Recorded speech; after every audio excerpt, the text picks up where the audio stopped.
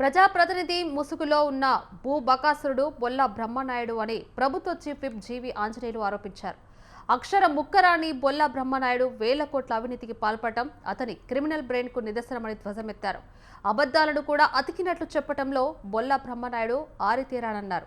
వినుకొండ ప్రాంత ప్రజలు ఇచ్చిన ఒక్క అవకాశాన్ని వేల కోట్ల అక్రమాలకు వినియోగించుకున్నారని దుయ్యబట్టారు. పేదల భూములు ప్రభుత్వ భూములే లక్ష్యంగా బొల్ల భూ కబ్జా సాగిందన్నారు. గండిపేటలో సర్వే నెంబర్ 18లో 1500 రూపాయల కోట్లు విలువ చేసే సుమారు 10 ఎకరాల ప్రభుత్వ భూమిపై కన్నేసి ప్రభుత్వ ఉన్నతాధికారుల సంతకాలు కూడా ఫోర్జరీ చేశారన్నారు.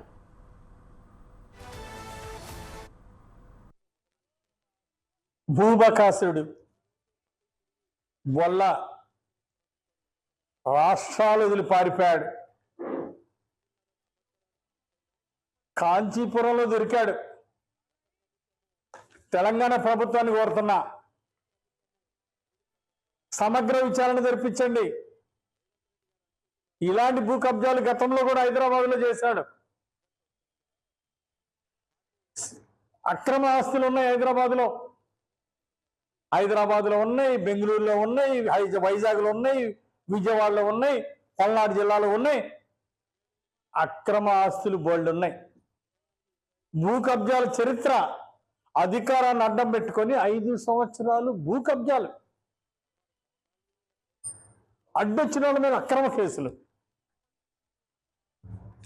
చెయ్యని అరాచకాలు లేవు, చేయని దుర్మార్గాలు లేవు. ఈరోజు భూ మాఫియా డాన్ వల్ల తన స్వార్థ ప్రయోజనాల కోసం పేదలను బలి తీశాడు. భూబకాసు